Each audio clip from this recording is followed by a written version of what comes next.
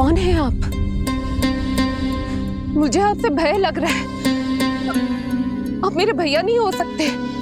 सही कहा तूने। जो मेरे विनाश को जन्म दे, उस कुल घातिनी से मेरा कोई संबंध नहीं। महाराज, रक्त के संबंध क्रोध की अग्नि में मत झुलसाइए।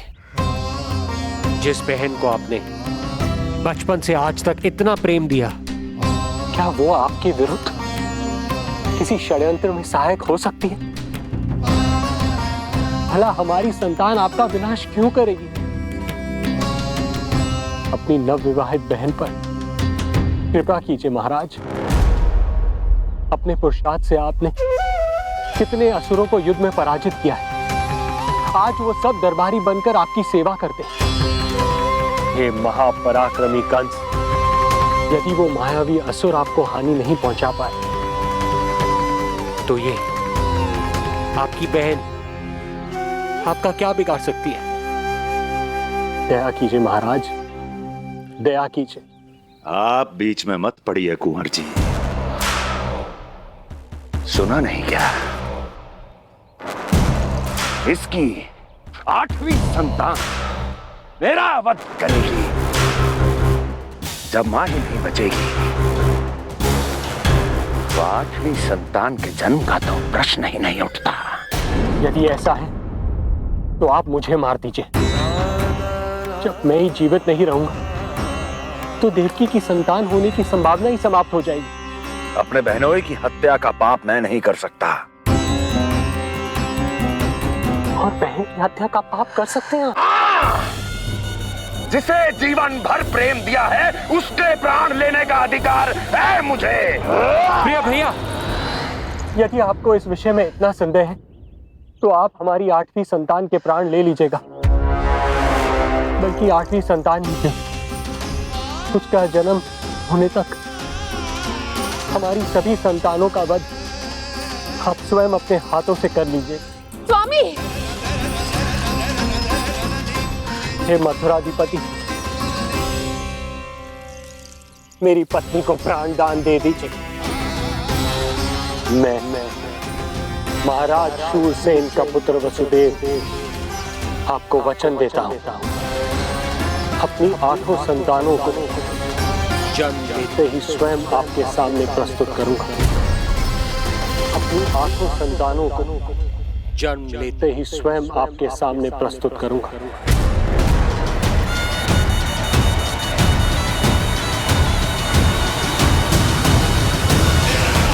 बधाई हो कुंवर जी। अपनी पत्नी के प्राण बचाने में आप सफल हुए, किंतु आपकी संतानें इतनी भाग्यशाली नहीं होंगी। वचन स्मरण रहे।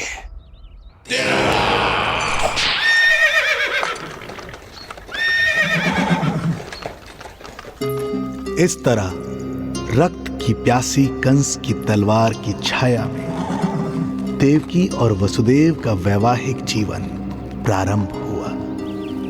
जब कंस की निर्ममता और वसुदेव के वचन का ये दुखद समाचार गोकुल पहुंचा, तो हे नारायण, अर्थात राजा वसुदेव यदि कंस के सामने गिड़गिड़ाते नहीं तो रानी देवकी के प्राण चले जाते। हाँ नंदराज, और अब वो दोनों कंस के महल में हैं, किंतु वो महल भी उनके लिए किसी बंदी गृह से कम नहीं है।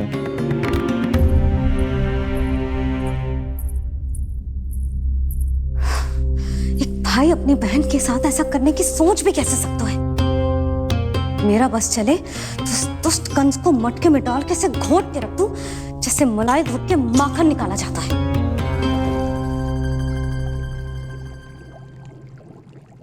ना, माखन ना, जे कंस तो कीड़ा है। इसे तो पटक पटक के ऐसे मारना चाहिए जैसे कीड़ा निकालने के लिए धान के गट्ठर को पटका जाता है।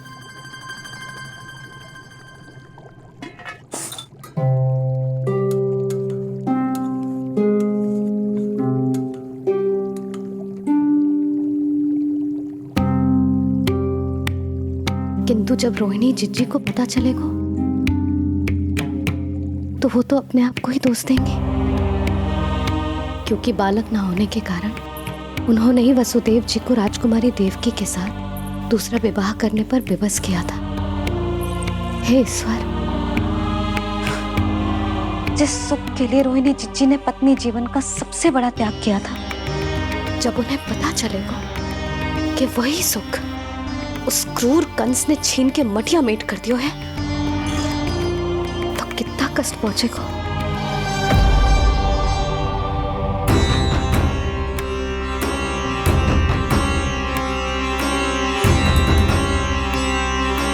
रोहिणी जीजी,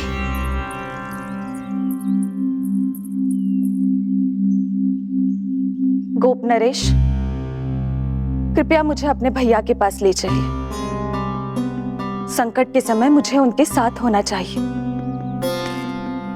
किंतु भाभी, पता चलो है वसुदेव भैया और देवकी भाभी कंस के महल में कड़े पहरे में रखे गए। पति पत्नी एक दूसरे का संबल होते हैं। कंस का पहरा कितना भी कष्टदायक क्यों ना हो, इस समय उन्हें और बहन देवकी को मेरी आवश्यकता है।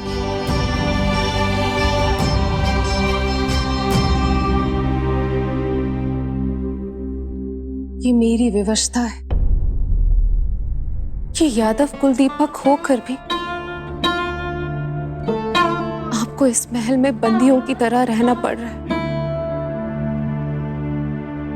और मैं कुछ कर भी नहीं पा रही। काश आपने मुझसे विवाह ही ना किया होता। तो क्या मैं अपने भाग्य से भाग पाता देवकी? पूर्व जन्म के कर्मों के फलस्वरूप जो हमारी नियति में लिखा है वो तो हमें भोगना ही है। श्री हरि क्या करते हैं, कब और क्यों करते हैं, ये दुख हमारे जीवन में किस उद्देश्य से आए हैं, इन रहस्यों का पता लगा पाना हम मानवों के लिए संभव नहीं है देवकी।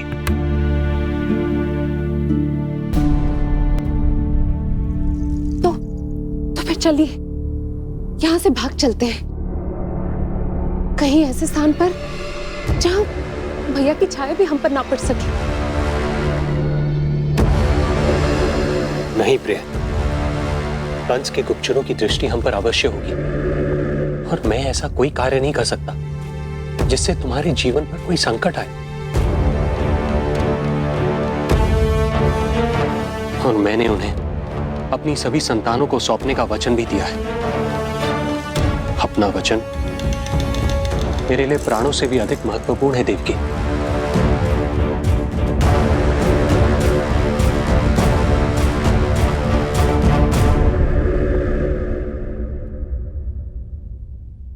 राजन, राजकुमारी, गोकुल से रानी रोहिणी और गोपराज नंद पधारे हैं।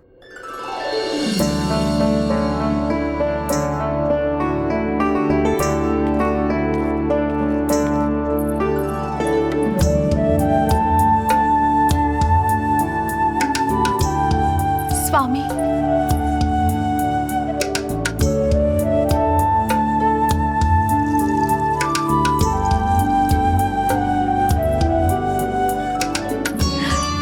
बहन, दीदी,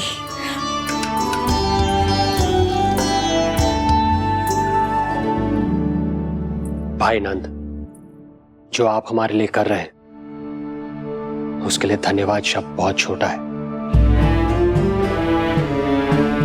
मैं अपने भाग्य को स्वीकार कर चुका हूं। यदि यही श्री नारायण की इच्छा है तो यही सही।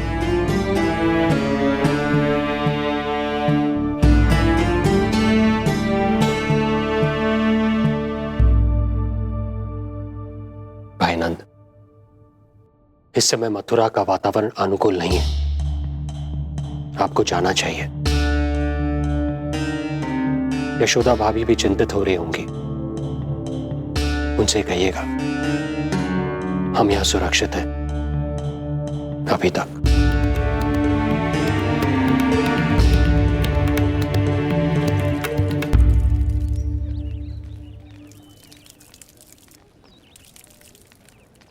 वसुदेव भैया का भाग्य पर भरोसा अधिक है।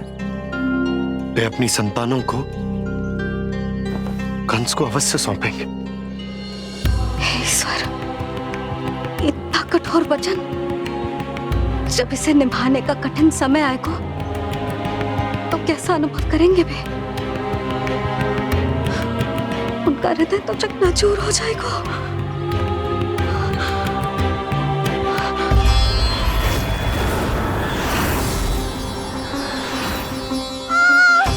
सब्र से सब ठीक हो जाएगा। देवकी, मैं महाराज शूरसेन का पुत्र वसुदेव आपको वचन देता हूँ, अपनी 8 संतानों को जन्म देते ही स्वयं आपके सामने प्रस्तुत करूंगा।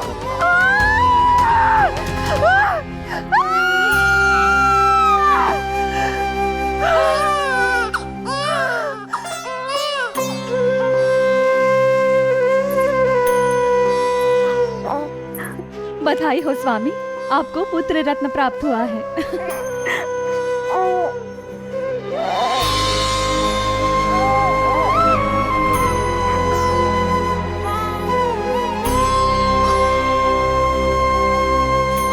महाराज को पता चला तो क्या होगा?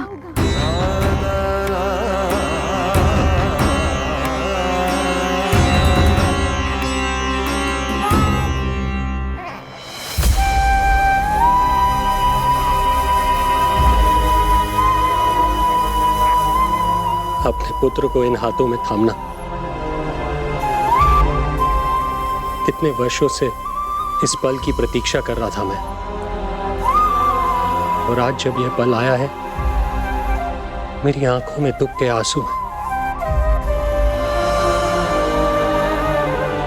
एक पिता जब प्रथम बार अपनी संतान को गोद में उठाता है तो सबसे पहले यह सोचता है कि उसे क्या नाम दूं, उसका सुनहरा भविष्य कैसे सुनिश्चित करे। किंतु मैं वो भाग्यहीन पिता हूं जो अपने पुत्र का भविष्य मृत्यु के अंधकार में डुबोने जा रहा है। मैं इसे नाम देकर क्या करूंगा?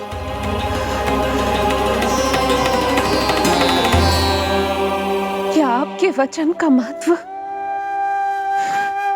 आपके पुत्र के प्राणों से अधिक है स्वामी?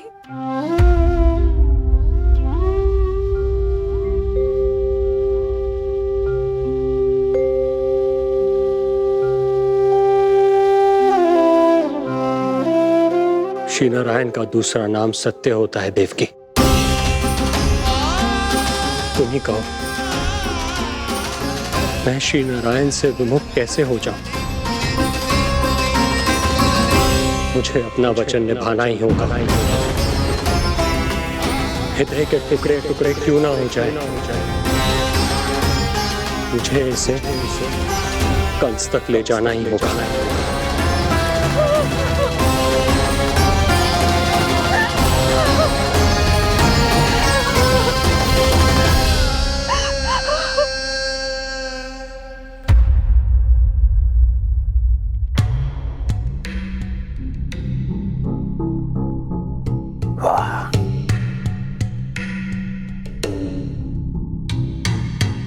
इतना स्वादिष्ट भोजन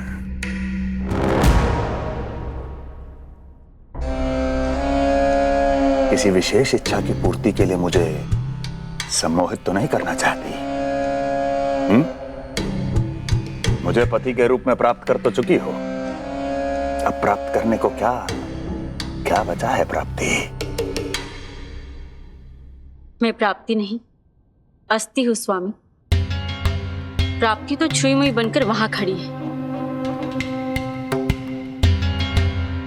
आप सदैव अपने विषय में ही सोचते हैं, कभी मेरे ओर भी निहारा कीजिए, तभी तो मेरा नाम सही से स्मरण होगा आपको।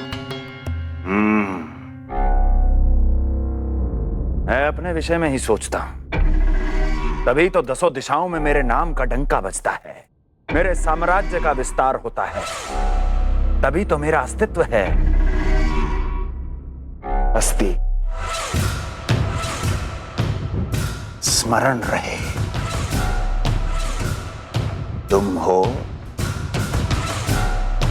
क्योंकि मैं हूं।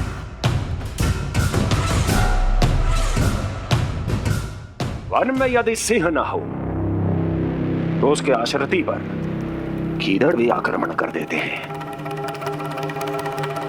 सिंह कभी अपने शत्रु को एक क्षण भी जीवित नहीं छोड़ता महाराज। आपने तो छोड़ दिया देवकी को। सिंह नहीं, आप वो गाय हैं जो अपनी कसाई से अथाह प्रेम करती है।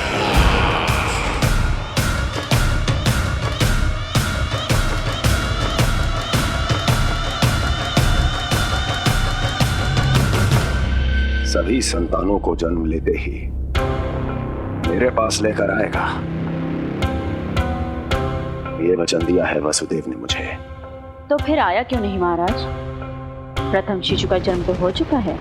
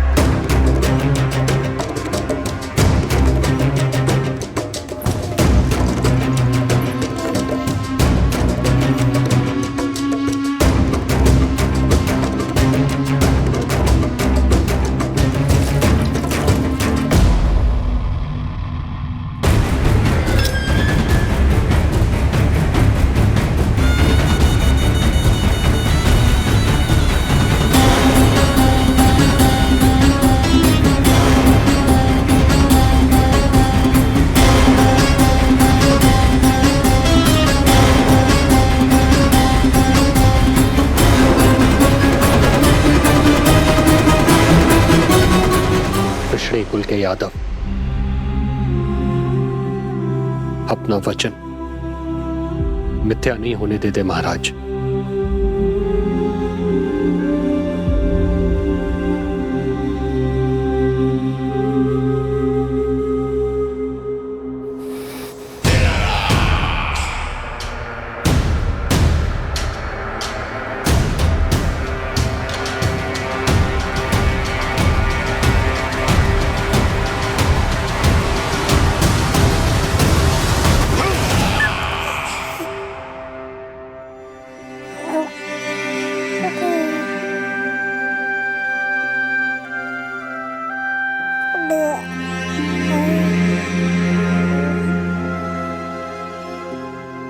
ये देवकी का पुत्र है, मेरी बहन जो मुझे प्रिय हुआ करती थी, उसका प्रथम पुत्र है ये, मेरा प्रथम भांजा।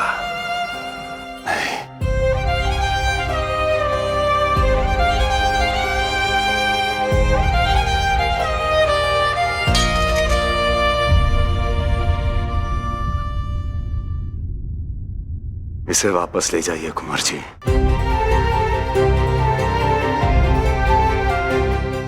देवकी की प्रथम संतान से मुझे कोई संकट नहीं।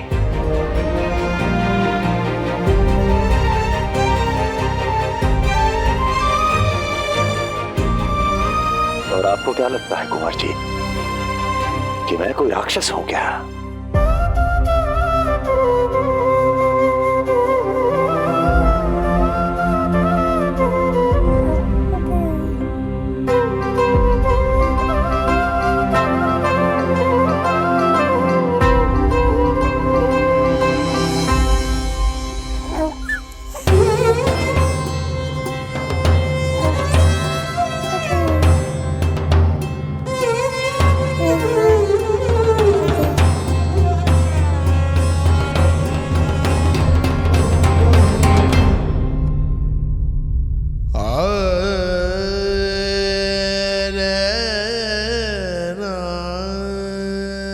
तो उसे अपनी गोद पे भी नहीं उठा पाई थी दीदी। उसका वो सुकुमार मुख मेरी स्मृति से जा ही नहीं रहा। वो मधुर रुदन अभी तक मेरे कानों में गूंज रहा है। मैं तुम्हारी पीड़ा का अनुमान लगा सकती हूँ देवकी। मैंने उसे जन्म नहीं दिया था, फिर भी मेरे कान अभी तक उसके रुदन की ध्वनि सुन रहे हैं। क्योंकि ये अपनी माओ को पुकार रहा है। तुम्हारे भैया ने हमारे पुत्र को प्राणदान दे दिया है देवकी।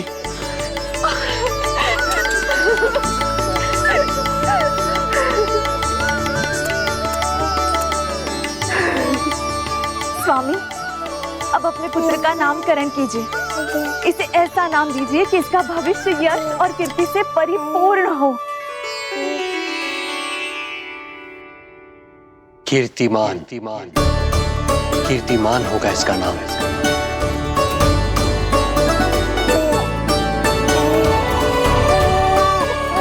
कीर्तिमान।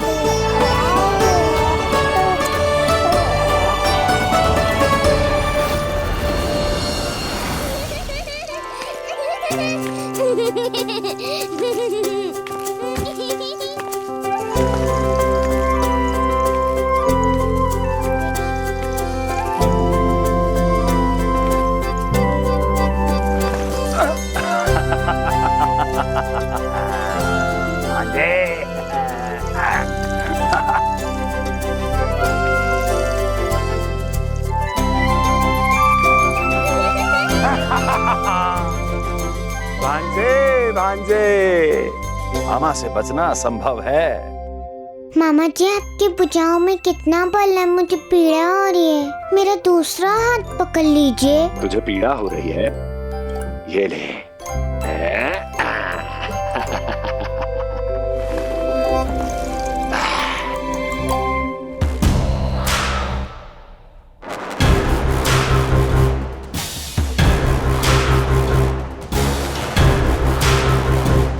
नारायण नारायण। मामा जी मूर्ख बन गए, मामा जी मूर्ख बन गए, मामा जी मूर्ख बन गए। इतना दुस्साहस। जा खेल। अब मामा जो है देवर्षि के साथ मंत्रणा करेंगे।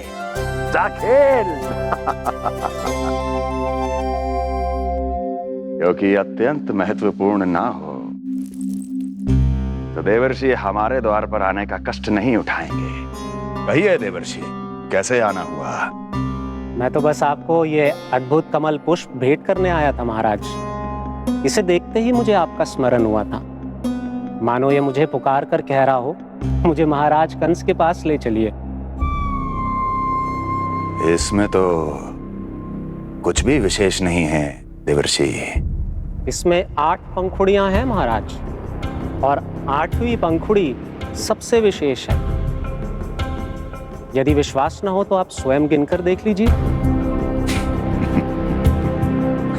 आप मेरा उपहास कर रहे हैं देवर्षि। आप गिनिए तो सही महाराज। 1 2 3 4 5 6 7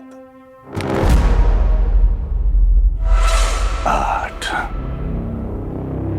क्या आप निश्चित रूप से कह सकते हैं कि यही 8वीं पंखुड़ी है? विचार कीजिए महाराज। क्या आप बिना किसी शंका के कह सकते हैं कि कौन सी पंखुड़ी पहली है और कौन सी 8वीं? क्या आप पूर्ण विश्वास के साथ कह सकते हैं कि कौन प्रथम है और कौन अंतिम? फिर चाहे वो पंखुड़ी हो या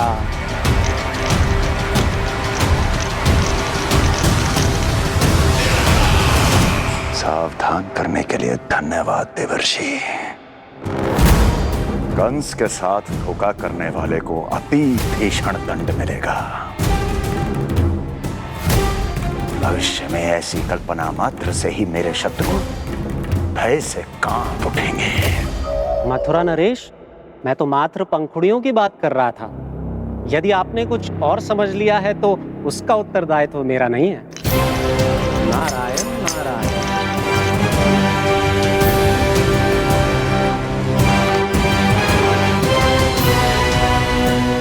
विचार कीजिए महाराज। क्या आप बिना किसी शंका के कह सकते हैं कि कौन सी पंखुड़ी पहली है और कौन सी आठवीं? क्या आप पूर्ण विश्वास के साथ कह सकते हैं कि कौन प्रथम है और कौन अंतिम? फिर चाहे वो पंखुड़ी हो या... मामा जी मोर बन गए, मामा जी मोर बन गए, मामा जी मोर बन गए, मामा जी मोर बन गए।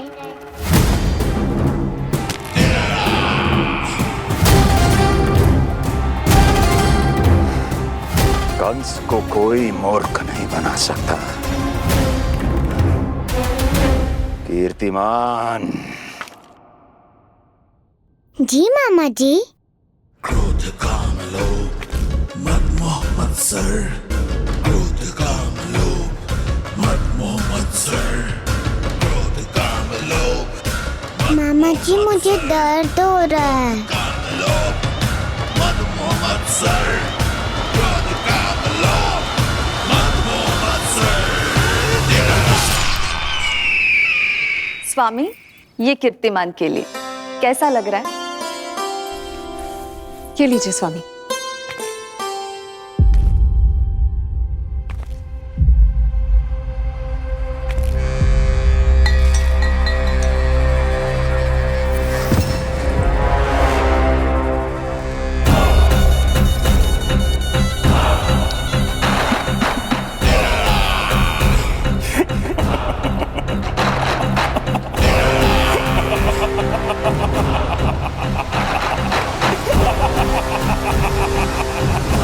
नेत्रों के सामने अपनी संतान की हत्या होते हुए देखना कितना पीड़ादायक रहा होगा ये दृश्य।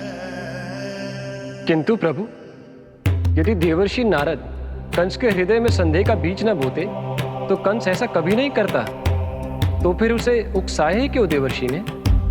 आप भूल गए देवराज, समस्त संसार में जो भी होता है मेरी इच्छा अनुसार ही होता है। यही प्रश्न नारद ने भी मुझसे पूछा था।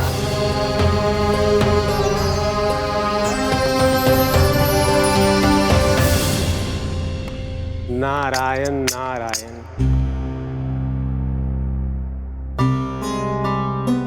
छोटे से बालक की इतनी निर्मम हत्या और माध्यम बना मैं। प्रभु, ये कैसी लीला है आपकी? अभी तो देवकी की 5 और संतानों की हत्या होना शेष है नारद।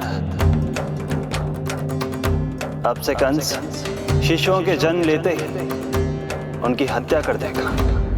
यदि जन्म के तुरंत बाद ही मृत्यु होनी है तो जन्म का लाभ ही क्या है प्रभु? यही विधि का विधान है नारद। कीर्तिमान और शेष 5 बच्चे श्रापग्रस्त हैं। जन्म के कर्मों के अनुसार अल्पायु होना उनकी नियति है। उनकी मृत्यु के बाद ही शेषनाग के अंश के रूप में बलराम और मेरे अंश के रूप में श्री कृष्ण का अवतार संभव होगा। नारायण नारायण।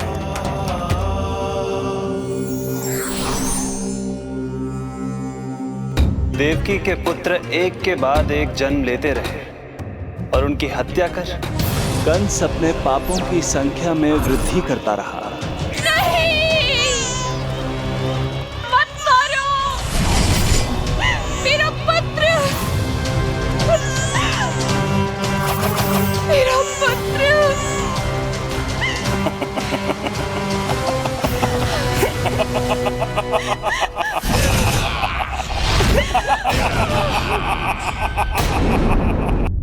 अब उसकी क्रूरता की कथा ऐसे मोड़ पर आ पहुंची जहां से वापसी असंभव है, क्योंकि अभी अभी उसने देवकी के छठे पुत्र का वध कर दिया है।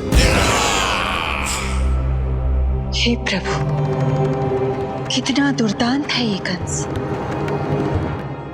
किंतु एक ही जन्म में एक साथ 2 माताओं का पुत्र बनने में उसने आपकी सहायता कैसे की प्रभु? उसके भय ने उससे ये कार्य सहज ही करवा दिया देवराज। जन्म लेते ही माता देवकी के सभी पुत्रों की हत्या कर उसने मुझे विवश कर दिया है। अब जीवित रहने के लिए मेरे अवतार को माता देवकी की कोख से जन्म लेने के तुरंत बाद मैया यशोदा के पास गोकुल जाना ही होगा। और इस प्रकार कंस के कारण एक ही जन्म में दो माताओं का पुत्र बनने का आपका वचन सत्य सिद्ध होगा। आपकी लीला अपरंपार है प्रभु। आप सब अब निश्चिंत होकर जाइए। मेरे अवतार के जन्म होने की घड़ी अब निकट ही है। हम धन्य हुए प्रभु। हम धन्य हुए प्रभु।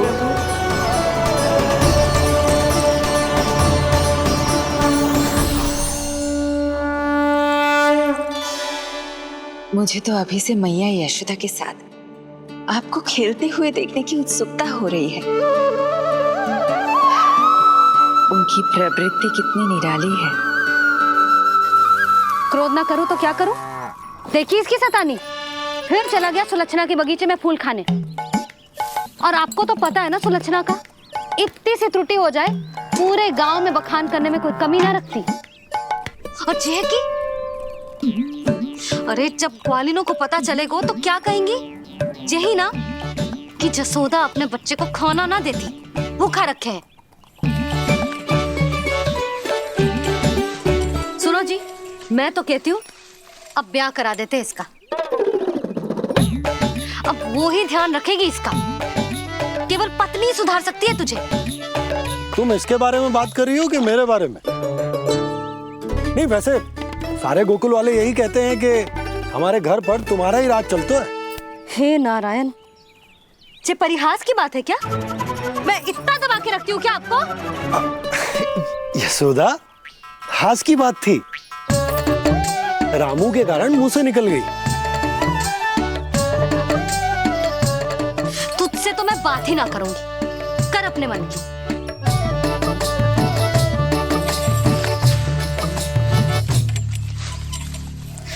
पता है तुझे कितना क्रोध आता है जब तू ऐसे बिना बताए घर से चला जाता है।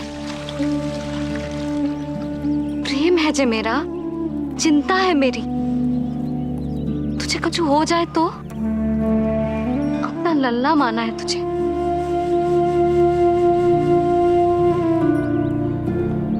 मेरे भाग्य में तो मां बनना लिखो ही ना है।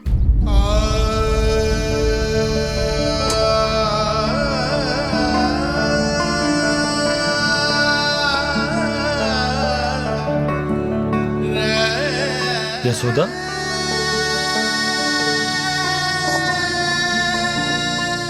आपको पता है जब मैं छोटी थी इसके जैसी चंचल थी।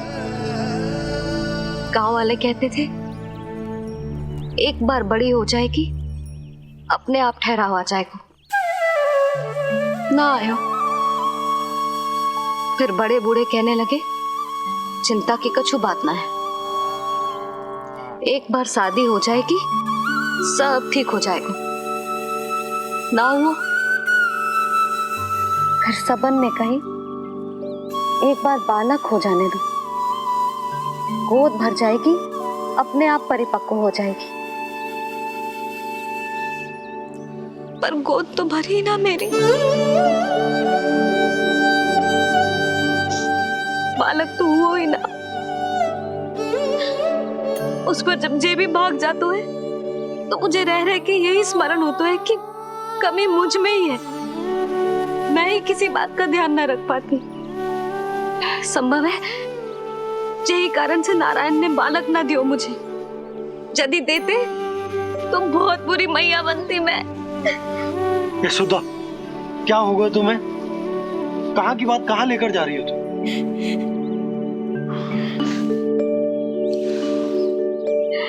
बालक अवश्य होगा हमें, और बहुत अच्छी मैया बनोगी तुम। बस नारायण सही समय की प्रतीक्षा कर रहे हैं। मेरी तो ना सुन रहे बे। आप ही कह दियो उनसे, अब और प्रतीक्षा ना होगी मुझसे।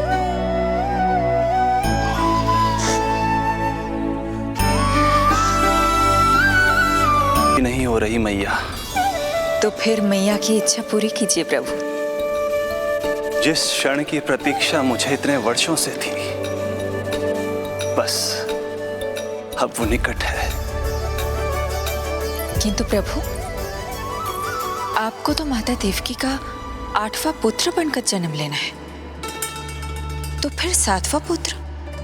धीरज रखिए, धीरज। आपको तो ज्ञात ही है, मेरे यहां देर है, अंधेर नहीं।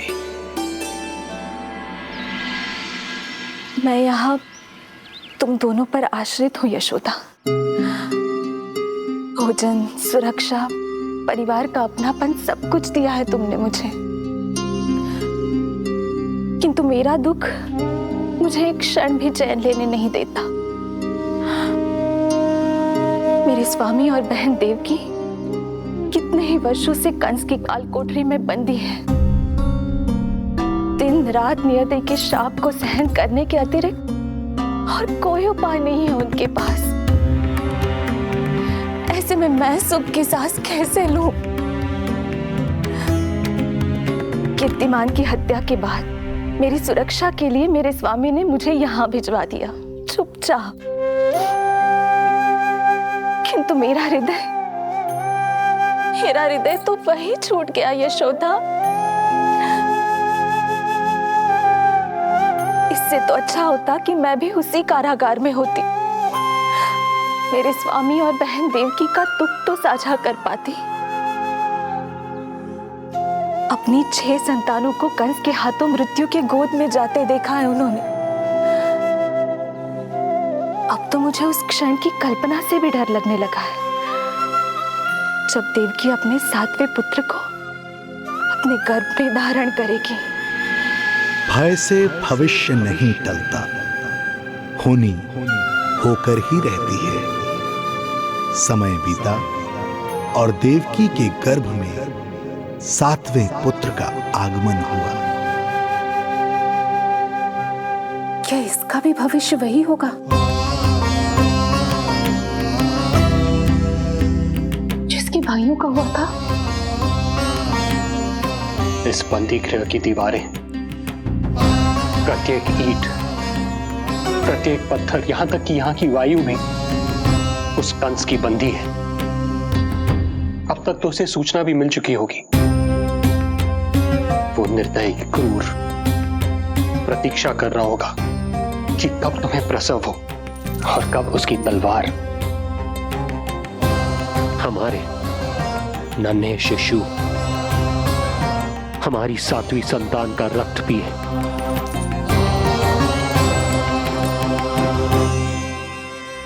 दुर्जन, तुम देवकी की काल कोठरी के बाहर स्वयं उपस्थित रहोगे, प्रत्येक पल 8वां प्रहर।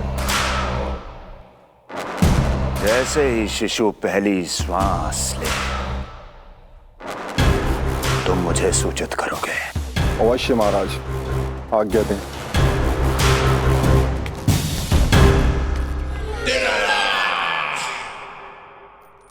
कुछ कीजिए स्वामी, कुछ कीजिए।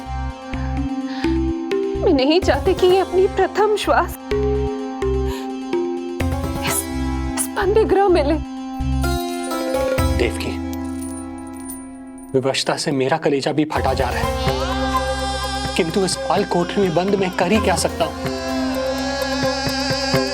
किंतु इस सृष्टि के पालनहार, जगत के नियंता श्री हरि तो कर सकते हैं, तो फिर क्यों नहीं करते वो कुछ ऐसा कि कम से कम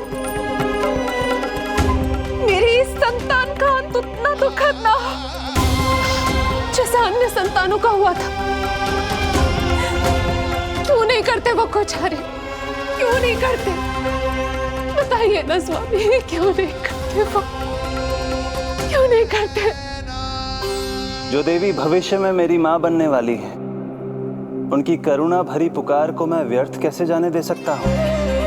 कंस के राक्षस तत्व के अंत के लिए ऐसी माया की आवश्यकता है जो मेरी लीलाओं को क्रियान्वित भी कर दे और उसे भनक भी ना पड़े। ऐसी क्षमता और माया किसके पास है प्रभु?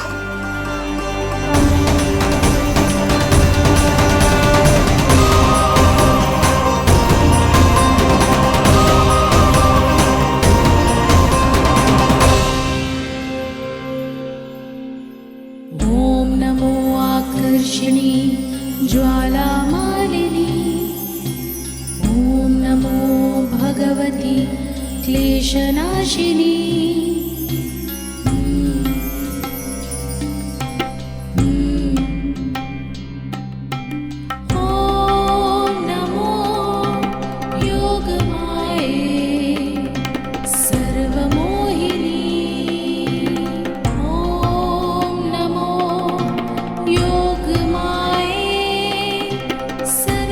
आज्ञा दीजिए प्रभु।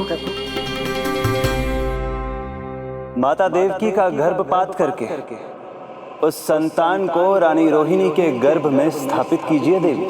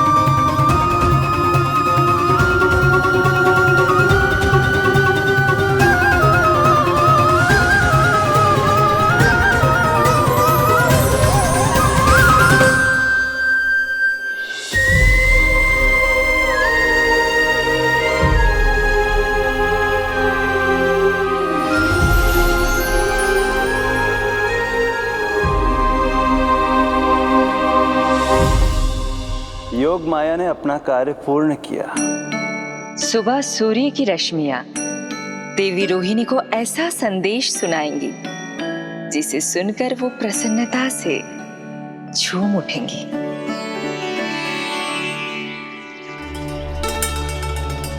यादव कुल के नए राजकुमार के आगमन पर बहुत बहुत शुभकामनाएं रानी।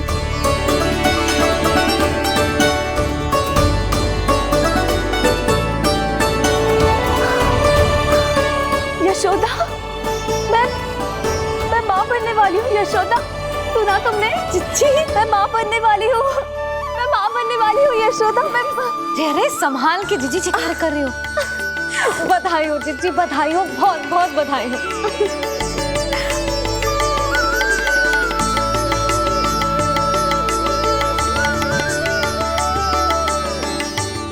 विधि का विधान भी विचित्र होता है। रोहिणी, जिनका ये पुत्र नहीं है, वो प्रसन्न है, किंतु देवकी, जिनका ये पुत्र है, वो व्याकुल है।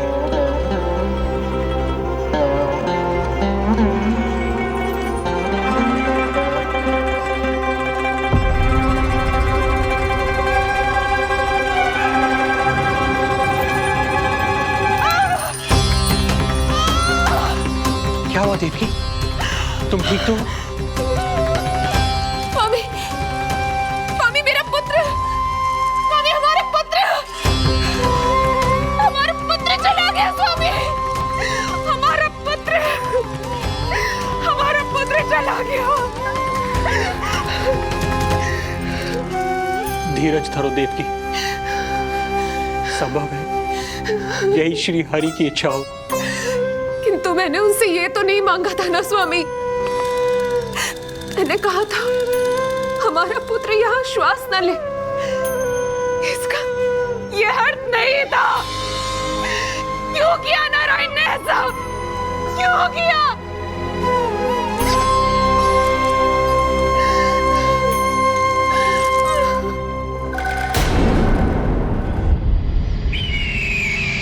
तो ये सत्य है महाराज, राजकुमारी देवकी का गर्भपात हो गया है। बच गया वो शिशु। किंतु यदि मेरे हाथों उसकी मृत्यु होती तो अधिक कष्ट होता उसे। सुख में समय पंख लगाकर उड़ता है। शीघ्र ही रोहिणी के प्रसव का दिन आ पहुंचा और उसने एक स्वस्थ और सुंदर बालक को जन्म दिया।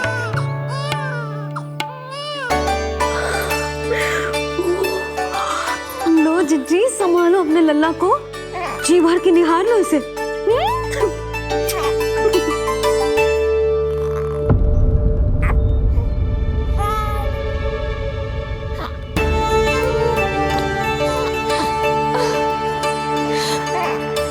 मेरा पुत्र राजकुमार।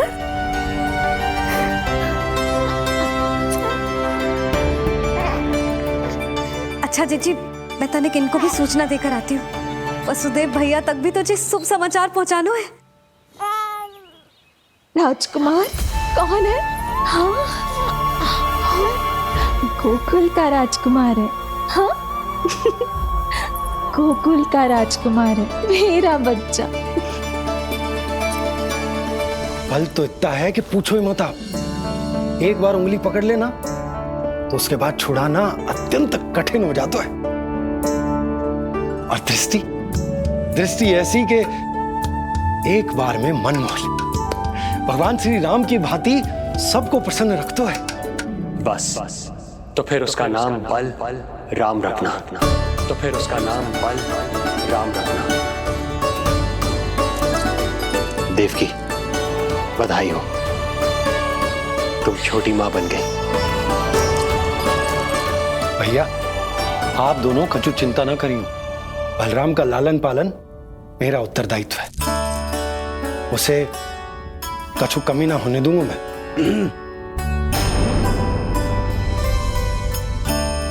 मुझे चलना चाहिए। कितने वर्षों बाद तुम्हारे कारण शुभ समाचार मिला है हमें।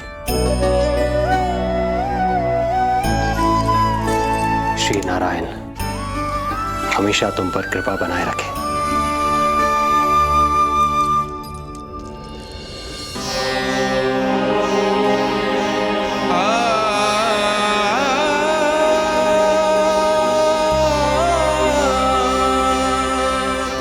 आपको बहुत बहुत बधाई हो स्वामी।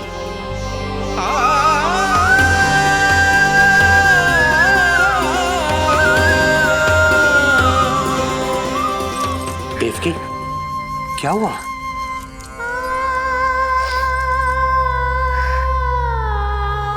कुछ नहीं। रोहिणी दीदी ने हमको वो सुख दे दिया जो मैं कभी ना दे सकी। उन्होंने आपको संतान दे दी, किंतु मैं देवकी,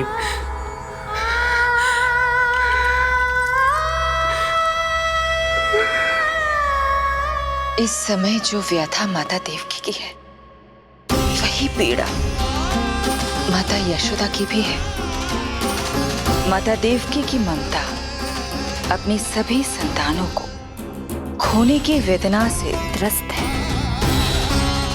तो माता यशोदा की ममता संतान ना होने के संताप में झुलस रही है। सत्य कहा देवी, मुझे आभास हो रहा है